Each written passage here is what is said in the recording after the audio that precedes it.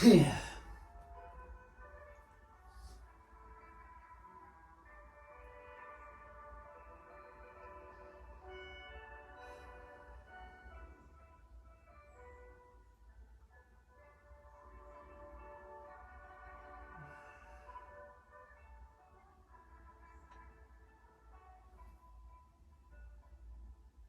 Ihr wisst, das Universum ist in Bewegung. Die Milchmasse und alle Galaxien im Universum bewegen sich. Die 9 Planeten bewegen sich, kreisen um die Sonne und die Erde dreht sich um die eigene Achse. Überleg mal, wer hat ihnen die Kraft gegeben? Wer schiebt sie an? Niemand. Es gibt einfach diesen Mechanismus, der in dieser Form existiert. Unser Falun hat auch diese Art Drehmechanismus und kann sich von alleine drehen. Was wir praktizieren, ist richtig groß. Wir praktizieren nach den kosmischen Eigenschaften Jin Shan Jen.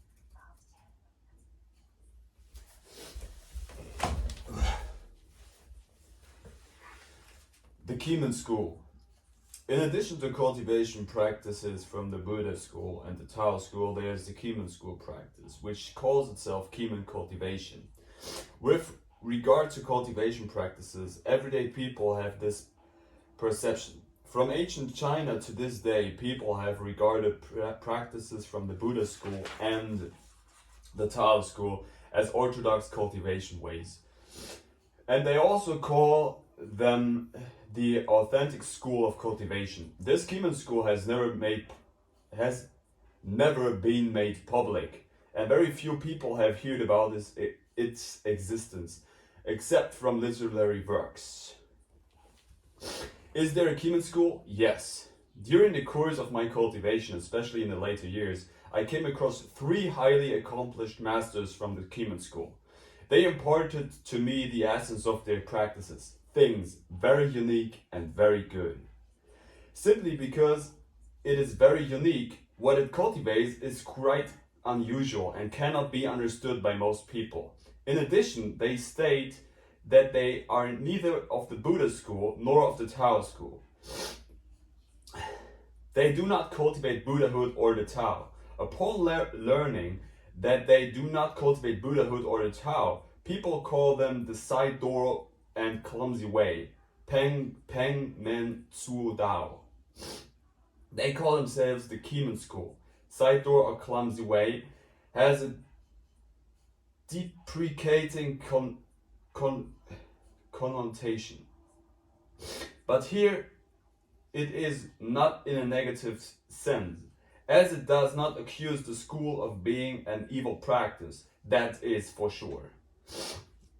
The term's literary definition also does not imply an evil practice in history, and the Buddha school and the Tao school have been called the orthodox schools of cultivation. When this practice cannot be understood by the public, people call it side door or a side way and an unorthodox school. What is clumsy way about? Clumsy implies awkwardness or a bumbling way. A term in ancient China, clumsy, often referred to being awkward. Side door and clumsy way carries this implication. Why isn't it an evil practice? This is because it also has strict Xing requirements. Its cultivation also follows the characteristic of the universe.